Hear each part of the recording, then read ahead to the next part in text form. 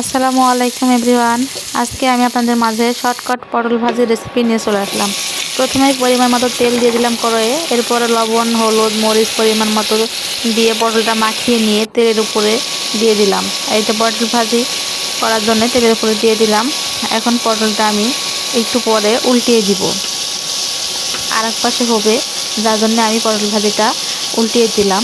এরপরে আবারও আমি উল্টিয়ে দিব, সব একে একে সুন্দর করে উল্টে দিব। হাতে সময় কম থাকলে শর্টকাট আপনারা এই রেসিপিটা ট্রাই করতে পারেন, অবশ্যই ভালো লাগবে। এই তো পটল ভাজি আমার উল্টানো হয়ে গিয়েছে সবগুলো। এখন একটু পরে আমি পটলগুলো আবারও উল্টিয়ে দিব আর এক পাশে হওয়ার জন্যে। এই তো সুন্দর, কি সুন্দর কালার এসছে, সুন্দর একটা কালার, যা পটল ভাজি হয়ে যাচ্ছে আস্তে আস্তে, বোঝাই যাচ্ছে এটাতে। এই তো আমার পটল ভাজি রান্না কমপ্লিট। কেমন হয়েছে অবশ্যই কমেন্টে জানাবেন এবং সাবস্ক্রাইব করে দিবেন আমার চ্যানেলটি।